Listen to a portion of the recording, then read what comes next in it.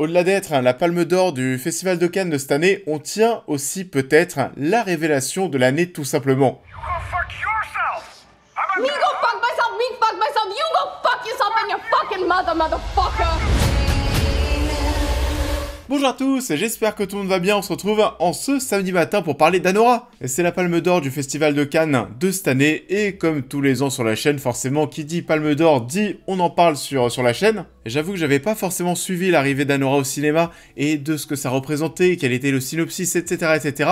J'y suis allé en mode quasiment full découverte, et j'ai plutôt bien fait. Anora, c'est parti, qu'est-ce que ça donne? On en parle. Anora, palme d'or du Festival de Cannes 2024, et le nouveau film de Sean Baker. Annie, jeune stripteaseuse de Brooklyn, se transforme en Cendrillon des temps modernes lorsqu'elle rencontre le fils d'un oligarque russe. Et sans réfléchir, elle épouse avec enthousiasme son prince charmant, mais lorsque la nouvelle parvient en Russie, le conte de fées est vite menacé. Et du coup, oui, c'est bon, Anora débarque au cinéma après avoir reçu sa palme d'or du Festival de Cannes il y a déjà quelques mois. Comme je le disais, c'est vrai, mais depuis le Festival de Cannes, je m'étais pas forcément renseigné sur le sujet. C'est vrai que les palmes d'or, j'aime bien les découvrir au cinéma, ne pas trop me renseigner. Je pense que Sans Filtre, on en avait parlé aussi sur la chaîne, c'était pareil. Je savais pas ce que j'allais voir et ça m'a pas empêché, ça m'a même permis de me prendre une petite gifle. Généralement, c'est des longs métrages que j'aime beaucoup et qui finissent assez souvent dans mes tops de fin d'année. Je pense qu'il y a que Titane que j'avais pas forcément surkiffé, ce qui était d'ailleurs assez étonnant parce que Titane, c'était par la réalisatrice de Grave que j'avais pour le coup totalement adoré. Donc ouais, je me suis rendu au cinéma sans trop savoir ce que j'allais voir, à part qu'on allait suivre une stripteaseuse.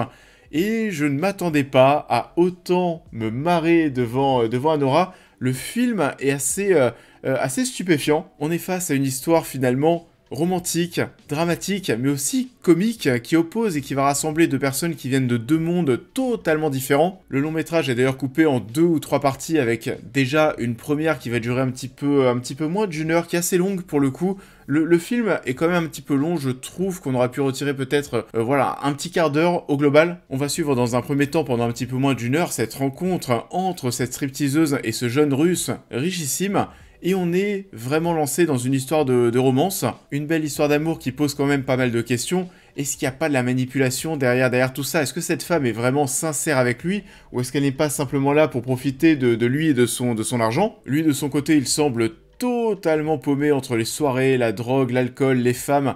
Tout l'argent qu'il dépense, c'est incroyable, vraiment pendant une heure, il y a des moments où je me mettais à la place de ce mec, c'est limite, je faisais le comptable durant le film, je voyais les villas, les voitures, les soirées, la limousine, le casino, enfin voilà, tout ça, la suite à Las Vegas, tout ça, et moi limite je suis en train de compter, je me dis mais c'est des journées à des centaines de milliers d'euros, c'est pas possible, et c'est quoi tout cet argent qui est dépensé tous les jours, c'est de la folie pure. Et on va donc avoir ces deux personnes qui vont se rassembler. Et ça a l'air de plus en plus sincère et pour le coup, il y a vraiment une belle alchimie qui se met en place entre les deux acteurs. À l'image, hein, on y croit vraiment dur comme fer jusqu'à l'élément déclencheur. Et alors là, le film va prendre un tout autre virage. Parce que c'est vrai que voilà, lorsque tu suis cette romance, t'avances. Qu'est-ce que le film va essayer de nous raconter? Il y a un moment, je me demandais vraiment si on n'allait pas suivre tout simplement finalement cette romance et voilà ça pendant 2 heures. Non. Il y a un élément déclencheur, et alors là, le film va totalement changer de bord. On va rentrer ni plus ni moins dans de la comédie. Et ça m'a rappelé un petit peu de même le virage qu'on a vu dans Sans Filtre, autre palme d'or à Cannes, où on avait un premier acte qui était assez sérieux, et puis ensuite on avait le second sur le bateau, où là c'est pareil, ça devenait mais totalement fou. On était là pour se marrer.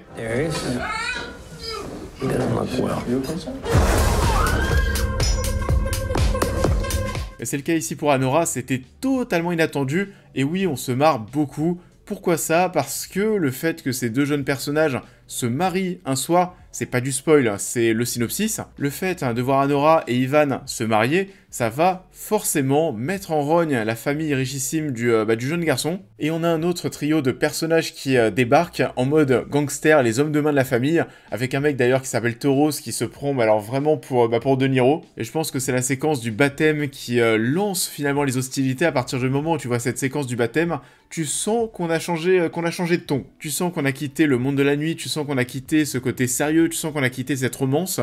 On est là pour rigoler désormais, et on suit ces 3 hommes qui sont des bras cassés, cette bande de Russes arméniens. Non vraiment, c'était super drôle et ça devient totalement fou. What the fuck? What the fuck is going on here? Je vous laisse bien entendu découvrir tout ça au cinéma. En tout cas, on est devant quelque chose d'assez léché. Visuellement, c'est sympa, il y a une belle photographie.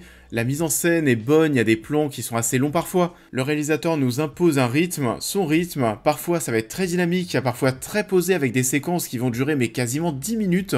Et c'est assez déstabilisant et ça renforce le fait qu'on ne sait pas vraiment en tant que spectateur où est-ce qu'on va aller. Mais en tout cas, ce qui est sûr, c'est qu'on est face à un duo d'acteurs vraiment excellent, qu'on prend plaisir à suivre. Même si le personnage du garçon, le personnage d'Ivan, est vraiment totalement insupportable, totalement ingérable, mais parlons dans un premier temps, bien entendu, de Mickey Madison, qui est incroyable. C'est l'une des révélations de l'année, si ce n'est la révélation de l'année. Je l'ai trouvée absolument bluffante. Elle se donne corps et âme pour le rôle, et ça c'est le cas de le dire. Il y a une énergie de ouf qui se dégage de sa performance, et aussi une sensibilité qui est assez dingue. Comme on le disait, elle porte le film sur ses épaules. Non, vraiment grosse performance. Et par son biais, on va aussi faire une critique du monde de la nuit, du monde des stripteaseuses. Et c'est un thème qui est assez récurrent dans le cinéma du réalisateur, et on essaye même de nous créer un petit peu d'empathie pour ces femmes qui donnent leur corps pour gagner de l'argent. Et c'est vrai qu'on pourrait se dire que, vu tous les billets qui passent dans leurs petites culottes, dans leur soutien-gorge, on pourrait se dire que c'est des personnes qui ramassent beaucoup de thunes, mais finalement pas tant que ça. On sent que ce sont des jeunes femmes en situation de précarité, on va aussi parler du fait qu'elles n'ont pas forcément le droit de prendre 2 jours de congé, etc. etc. Donc forcément, pour Mickey Madison et son personnage d'Anora, son échappatoire, sa belle échappatoire, c'est bien entendu le personnage d'Ivan, qui est, comme je le disais, insupportable en termes de personnage, mais l'acteur, par contre, nous livre une très belle performance. Et c'est une tête à claque qui n'a aucune notion de l'argent, qui n'a aucune notion de la vie, il fait que des choix de merde. À la fin du film, vraiment, quand tu vois comment ça se termine, mais oh là là, mais j'ai tellement envie de lui foutre une baffe. Si j'ai un fils et qu'il termine comme ça, mais waouh, mais je saurais même pas comment réagir, je serais tellement déçu. C'est une ordure totale et on est là pour mettre en avant la folie de cette jeunesse, que ce soit du côté d'Anora comme du côté d'Ivan. On voit bien que l'un des gros thèmes du film, c'est l'attrait pour l'argent et le fait de vouloir se rapprocher des personnes qui sont assez aisées. Ça, que ce soit pour le trio d'hommes de main, Arménien-Russe ou Anora, personne ne veut lâcher la vache à lait, personne ne veut lâcher la richesse de cette famille, et donc ils sont prêts à tout, ce qui apporte des comportements qui sont assez étonnants et fous. La scène où la voiture est emportée par la fourrière, et où le personnage de Tauros récupère la voiture, de force, voilà, ça c'est quelque chose que personne ne ferait.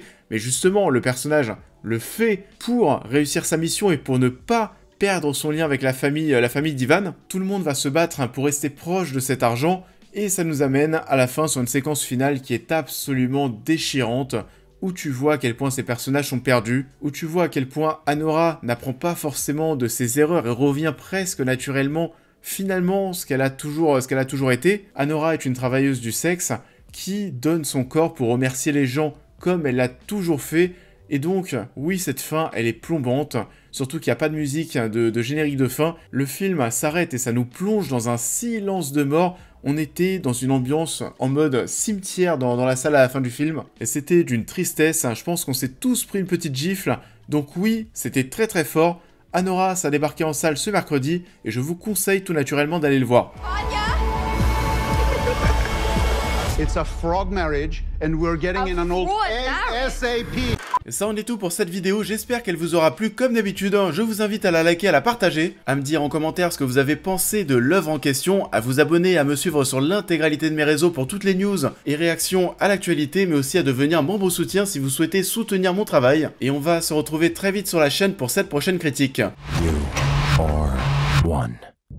There's been a slight misuse of the substance. Et on va se retrouver la semaine prochaine pour parler d'une très grosse attente, The Substance. Ça fait des mois et des mois qu'on entend parler, il arrive enfin. Et je pense que là aussi on va prendre une très belle petite claque. En attendant, je vous souhaite à tous un très bon week-end, et je vous dis à très vite.